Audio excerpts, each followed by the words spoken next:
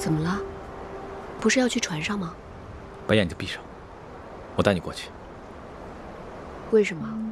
把眼睛闭上，听话。那你可要抓紧我。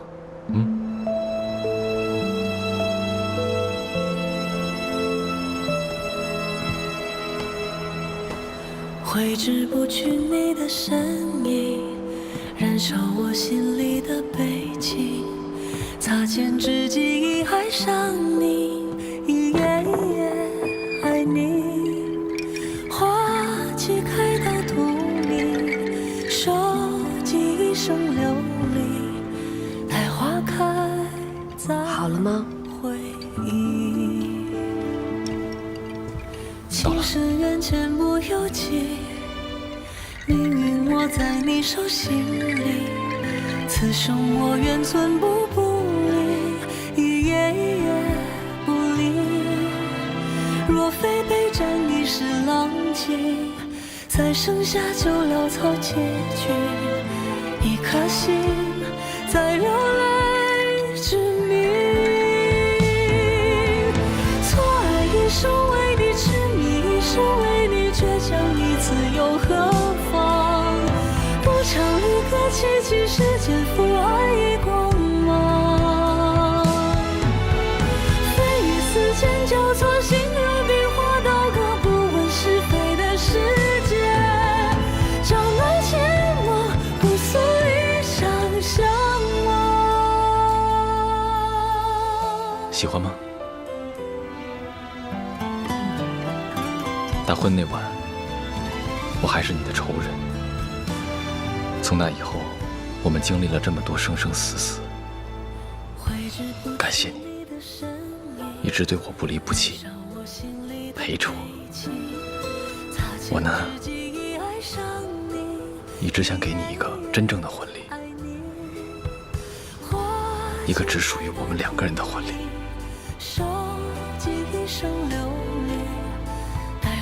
李哥，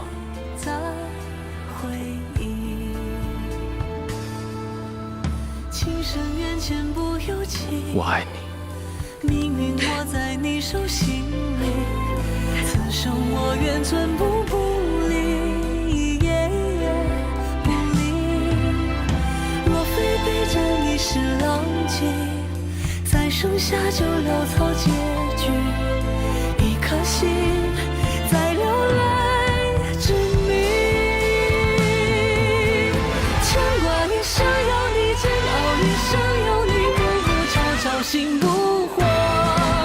执手天歌寂寂，默契给爱已放下。对酒多人魂魄，创作声色自若，追逐源与远的世界。一夜不醒，不及勇闯渴望。此次彻查，陈郡、太原两郡士卒私占黄山、川泽，开垦田庄达3万余亩。更有甚者，私圈良民土地，致使百姓无家可归，成为流民，不得不进入士族田庄，成为部曲。两地隐匿流民多达2500余人，逾矩之数，实为震惊。但新政令下，各福地官员推脱不行，士族亦不肯交出侵占的土地和部曲，其中陈郡太守猖獗如斯，令人发指。不惩治，如何向百姓交代？下官已拟好奏书，明日知见殿上就此事禀报。所有推脱执行的士族官员，下官一个都不会放过的。杜居其处。士族依靠荫蔽关系，在朝堂和地方都身居要职，官官相护，牵一发而动全身。推行新政，本身就非易事。他们反对也在意料之中。方侍郎，不可贸然行动。那难道就不查了吗？这帮蛀虫，我方秦就算这条命不要了，也要一参到底。当然要参。不过明日我们换个方法。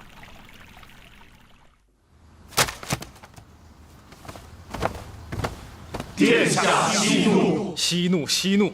叫本王如何息怒？个个都自称百年名士，个个以清流自诩。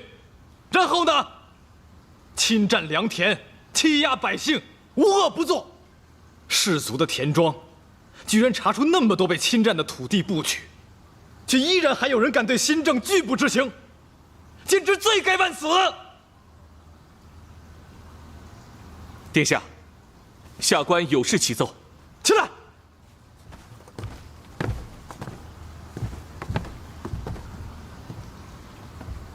殿下，经地方官员调查丈量，此次陈郡和荆州查出顾氏侵占庄园1万亩，王氏私占徂来山、涂亥河等众多荒地。下官没有。没有。这不都是地方官员调查丈量过的吗？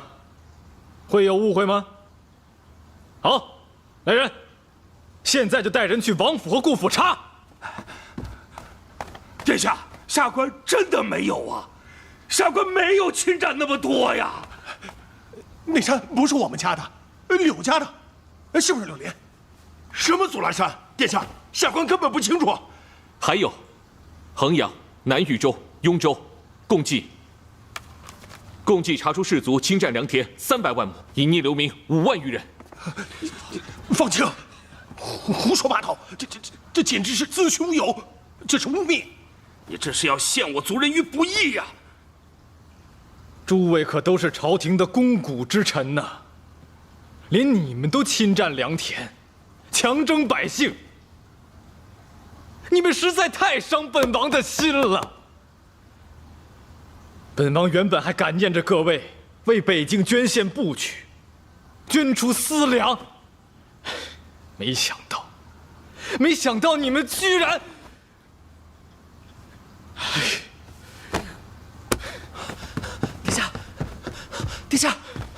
殿下息怒，殿下息怒！殿下，士族豪强利欲熏心，霸占土地，将百姓逼成流民，流民最终不得不变成部曲，欺上瞒下，祸邦殃民，是可忍，孰不可忍？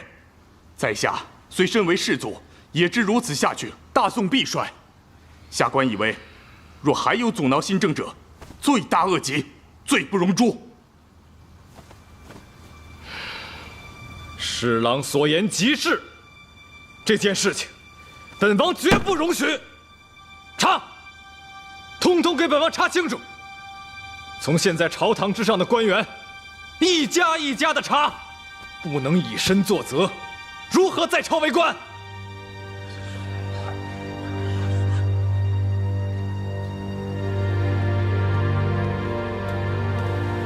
殿下稍安勿躁，下官认为此事还有诸多疑点。方侍郎虽有识人之名，可却语淡不惊啊！整个陈郡和荆州土地加到一起，才100万。按照方侍郎刚刚所言，这士族所拥有的土地已经超过丈量之总和，这岂不荒谬？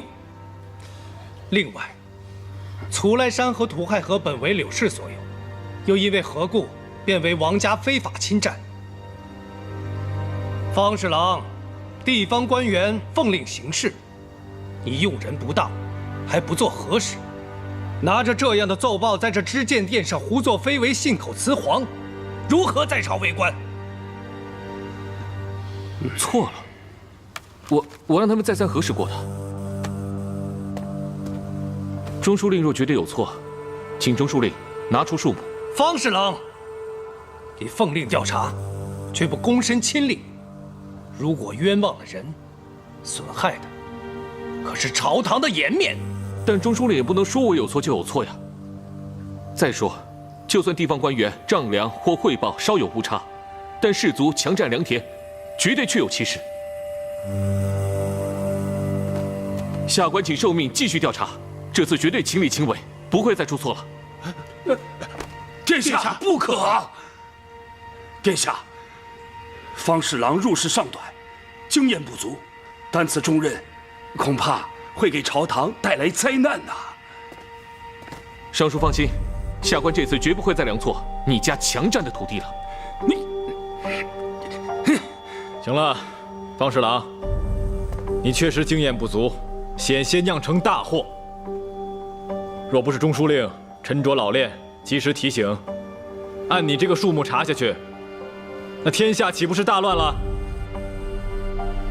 你确实不宜再负责此事。那诸位大臣觉得谁更适合负责此事呢？中书令定能担此重任。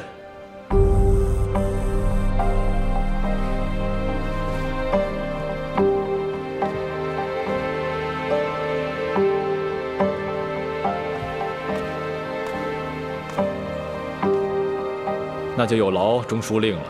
相信这一次，新政定会推行无碍。下官定不辱使命。中书令谢浩，恪尽职守，征兵有功，擢升太傅，提尚书令，封东海公，着尚书令亲自督察，士卒不取清查诸事。下官领命。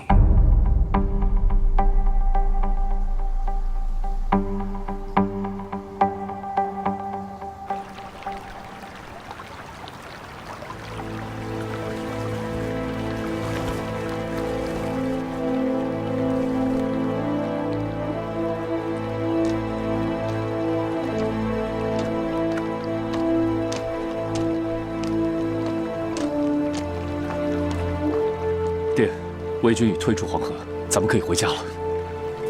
是啊，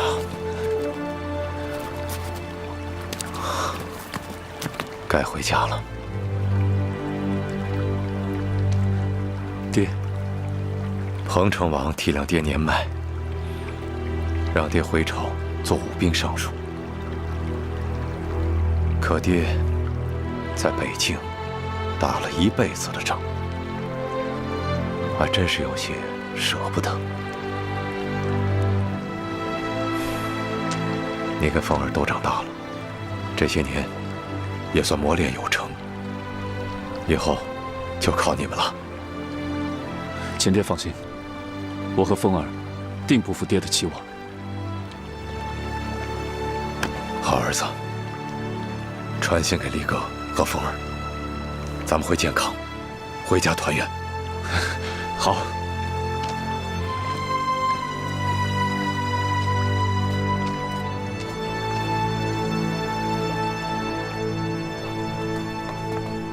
给我吧，姑娘。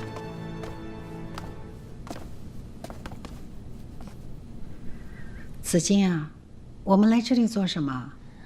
将军跟沈之哥哥不是要回来了吗？我想给夫人买点饰品，好好打扮打扮。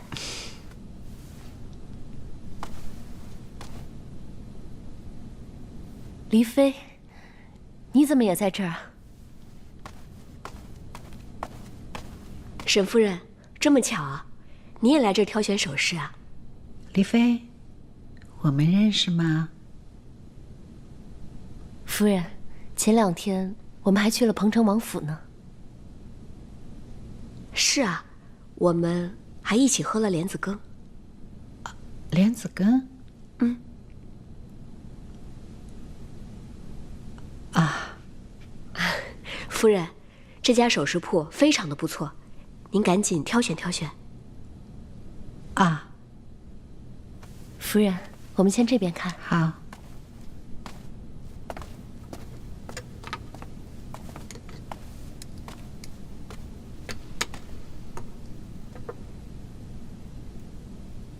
夫人，我们去那边看看手串怎么样？好啊。那边的好看，来。嗯。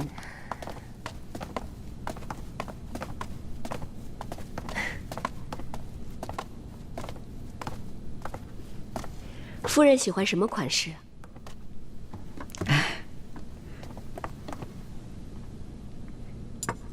夫人觉得这个如何？我觉得它一般了，这些镯子。那夫人喜欢什么样的呀？啊，我以前啊，让人做过一个镯子，是什么样的呢？哎呀，我还是想不起来了。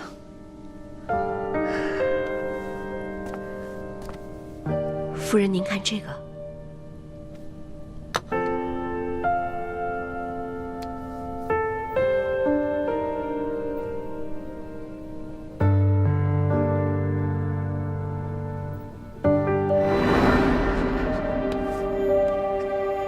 手镯，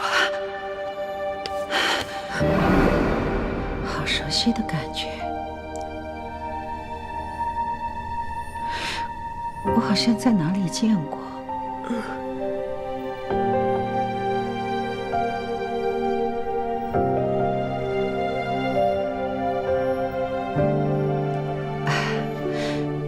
质地挺精良的，挺适合黎妃的气质。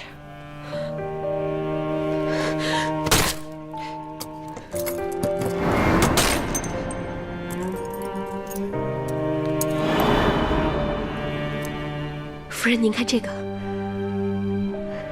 朝千皮之，木兰兮。我娘希望我如木兰般清丽洒脱，于是就让我爹特地到这玉福阁定制了这一只独一无二的木兰手串。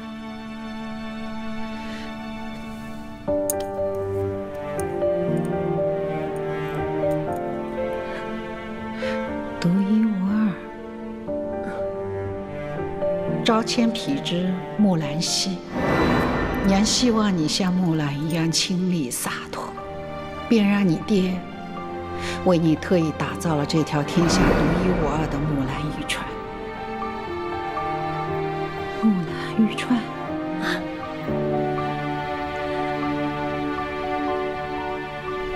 夫人，您想起什么来了吗？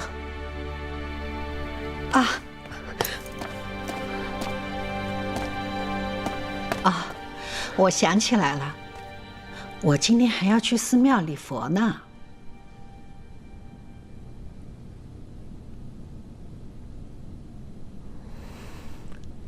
那我先陪夫人去寺庙，下回我们再约。我们走吧。好。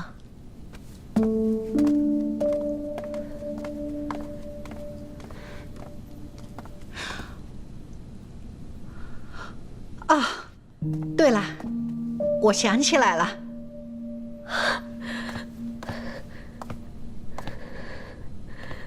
丽妃做的莲子羹很好喝，有机会的话，我们一起做。好，走吧。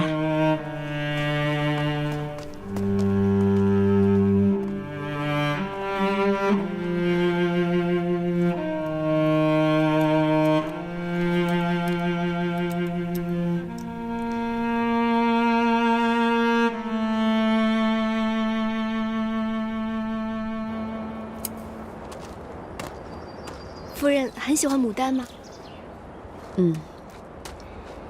以前高祖皇帝在时，曾说我最像这花中牡丹了。牡丹是花中魁首，高祖皇帝一定很敬爱您。以前我也是这么觉得。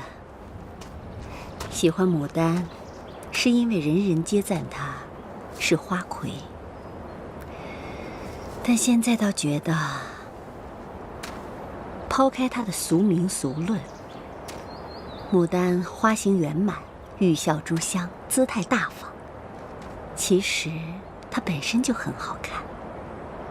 是夫人的心境和从前不一样了。母亲，轩儿，这么一大早你去哪儿了？我这不担心母亲有旧疾，这儿也不比城内，寻医也不方便，就让季树多配了些药。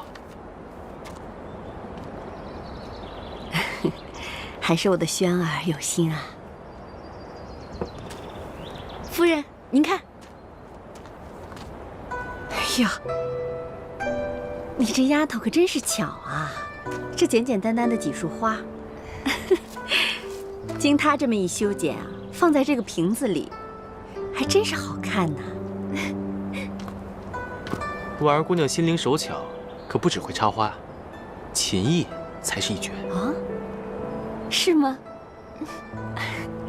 对了，那天情急之下，婉儿姑娘不是还护着那琴谱呢吗？我想起来了，那琴谱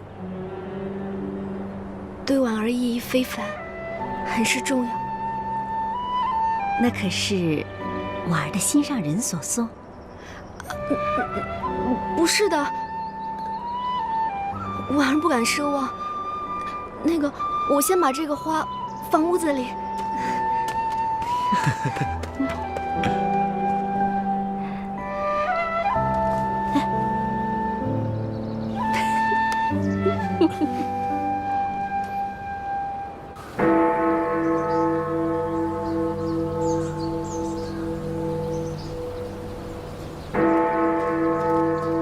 求佛祖保佑我家将军和孩子们征战顺利，平安归来，保佑我早日找到佳儿，找回女儿，保佑我们全家早日团聚。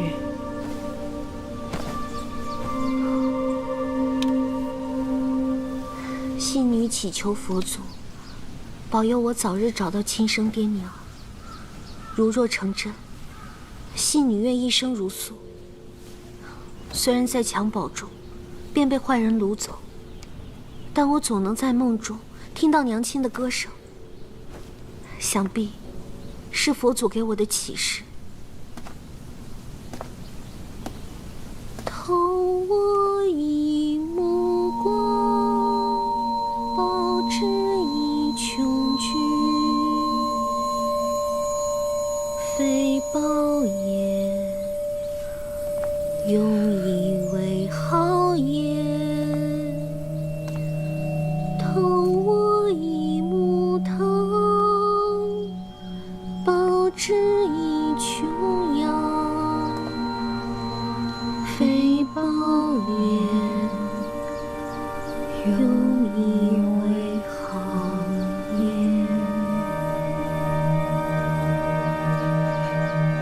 佳儿，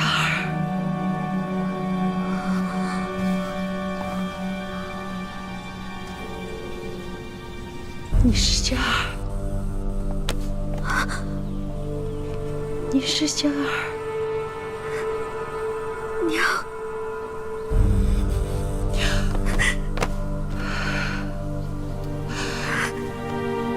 儿，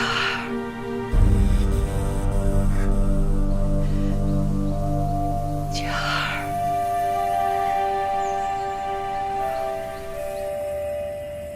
这彭城王一向重爱方清，又怎么会如此斥责于他？而且方清也不是如此思虑不周之人，彭城王更加不会如此鲁莽。总感觉今日之事有些蹊跷。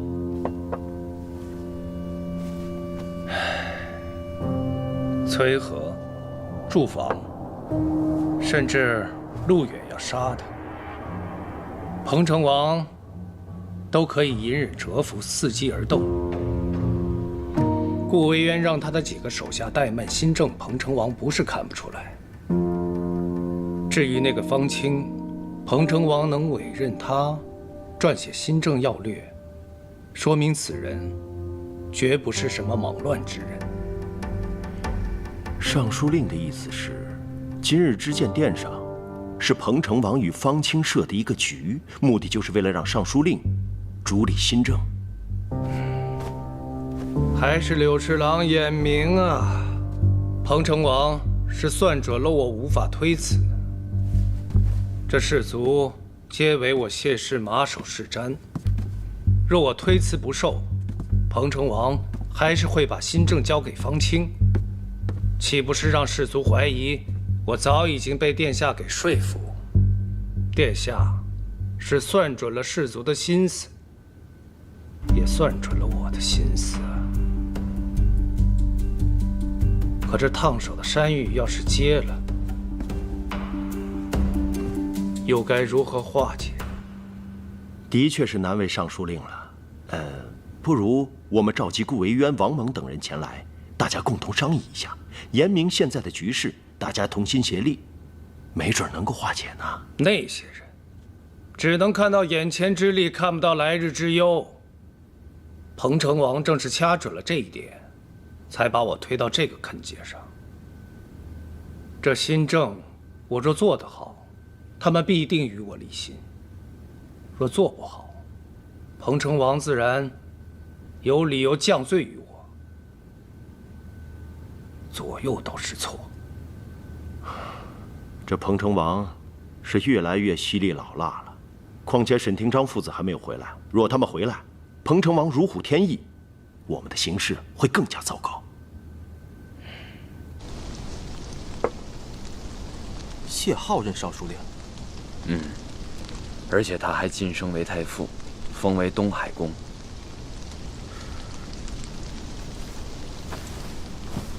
可是方清踌躇满志，一心要施展报复，不可能犯如此错误啊！殿下，这看来是要让谢浩来主理新政啊。那谢浩查也不是，不查也不是。看来彭城王这次呀是要大力的推行新政了。殿下，想不想回建康，助彭城王一臂之力呀？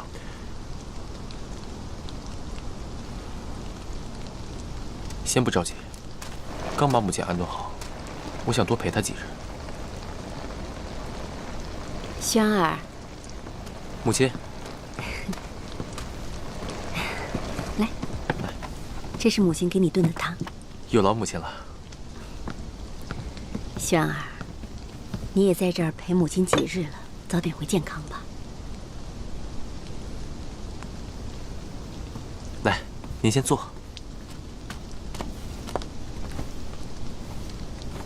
轩儿，是不是因为母亲的事，你四哥对你有点儿？没有，只是我离开的时候，四哥就希望我早点回去。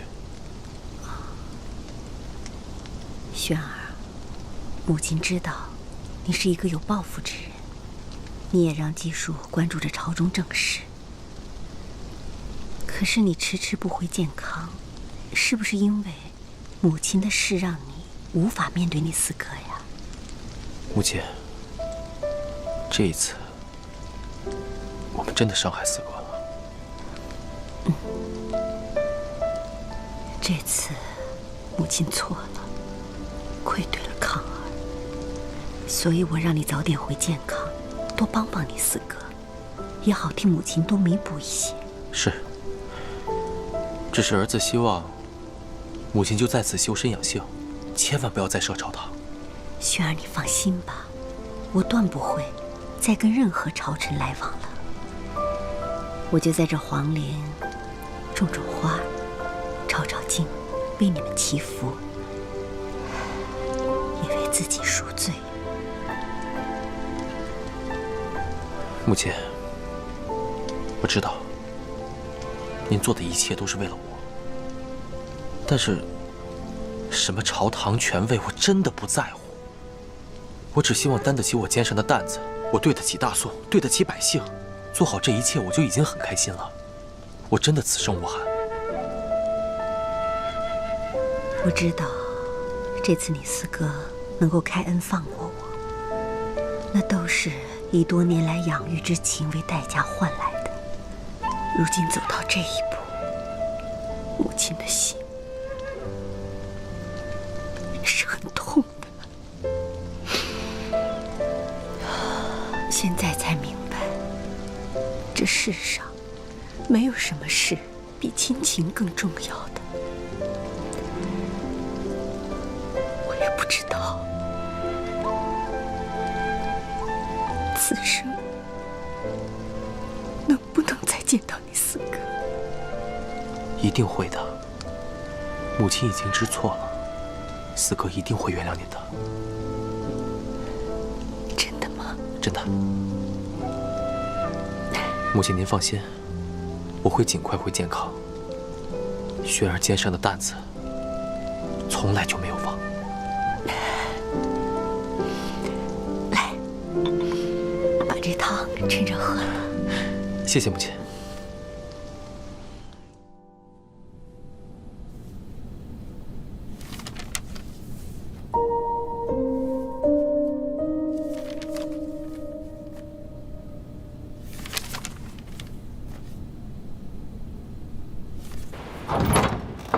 佳儿，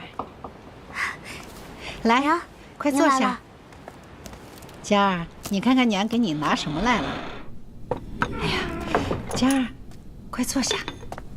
哎呀，我来吧，娘，你也坐。哎，快坐。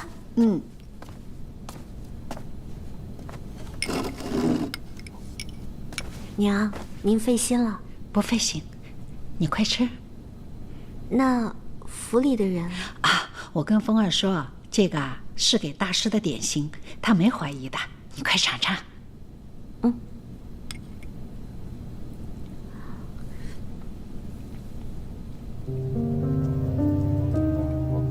怎么样？娘也喜欢吃苦的莲子羹吗？比起去掉莲心的清甜，我倒更喜欢这苦味儿。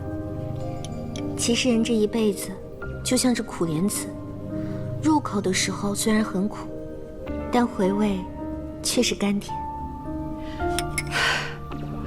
这个话你爹也说过，果然是血脉相连，心有灵犀。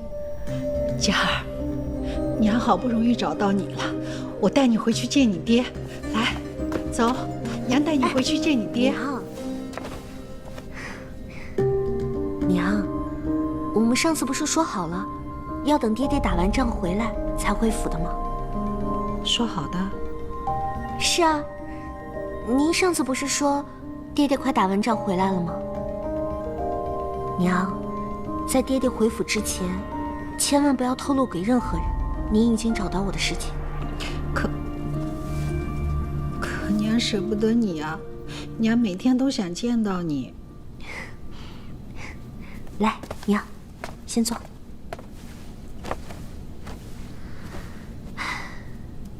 其实，女儿也是万不得已。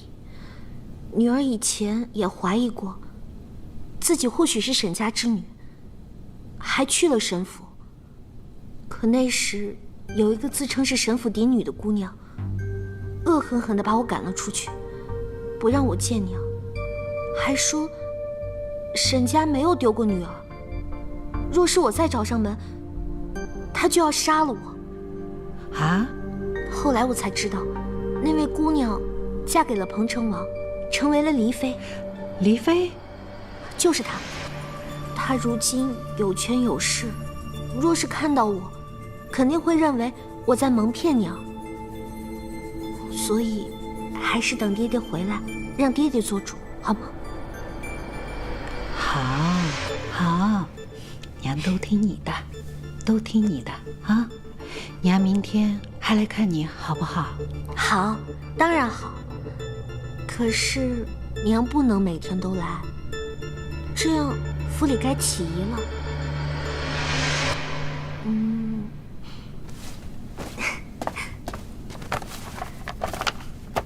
这样吧，娘和我一起把给爹祈福的经书抄完以后，娘再来，好吗？好，佳儿，你说什么，娘都听你的。